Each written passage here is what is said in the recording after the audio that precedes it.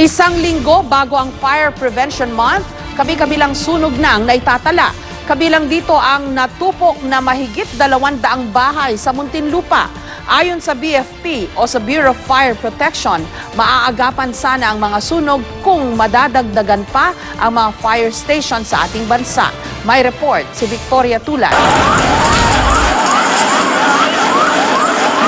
Papatulog na sana ang maraming residente ng Barangay Putatan sa Muntinlupa kagabi nang biglang sumiklab ang malaking sunog. Mahigit 250 dikit-dikit na bahay ang agad na natupok ng apoy. Nasa 500 pamilya naman ang naapektuhan. Magmula dito, ilang bahay pa ganon. Malakas ang apoy, sa likod dumaan. Hindi ko alam kung paano kami magsisimula ngayon eh. Sana tulungan na lang kami sa nangyari sa amin ngayon. Sana bigyan ulit kami ng panibagong pagsisimula.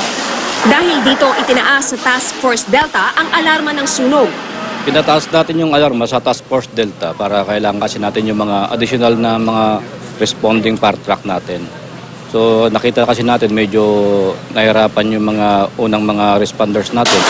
Ayon sa BFP, nahirapan silang ipasok ang mga fire truck sa lugar dahil sumasabit ang mga ito sa mabababang mga kable ng kuryente. Wala namang naitalang sugatan sa insidente. Patuloy ang investigasyon sa pinagmulan ng sunog. Sa Quezon City, nailabas na sa nasunog na bahay ang isa pang bangkay. Nauna nang nakita ang isa pang bangkay matapos ang mopping up operation. Nangyari ang sunog kahapon sa Barangay West Fairview kung saan dalawa ang naitalang nasawi. Napabayaang niluluto ang sinasabing sanhi ng sunog. Aabot sa ₱250,000 ang danyos ng sunog na umabot naman sa ikalawang alarma. Halos maabo na rin ang bahay at tindahang ito sa Zamboanga City. Nadamay rin sa sunog ang isang nakaparadang sasakyan. Ayon sa pulisya, sa pinaglaroang posporo ng dalawang bata, nag-umpisa ang apoy. Ang estimate na yun, sir, mga 150 more or less pa, sir. Estimation lang yun, sir, 150. Umamin ng isa sa mga batang naglaro sila ng posporo nang mangyari ang insidente. Isa sa ilalim sa counseling ang mga bata bago ibalik sa kanilang mga magulang. Noong Sabado, pinangunahan ni DILG Secretary Melson N. Sarmiento ang pamamahagi ng 155 bagong fire truck sa iba't ibang munisipalidad at syudad sa Quezon City.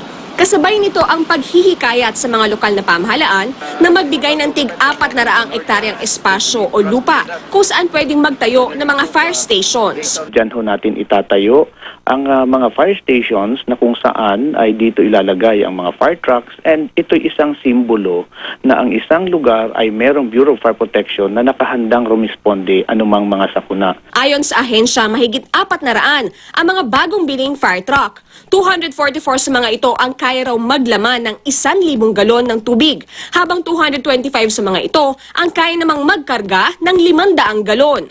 Sa susunod na buwan na tinaguriang Fire Prevention Month, may 115 pa raw na mga fire truck ang ipapamahagi.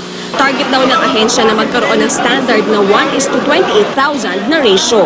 Sa ngayon, may 2,215 fire trucks ang nagagamit ng BFP sa buong bansa para maserbisyohan ng halos 100 milyong katao. Victoria Tulad, GMA News.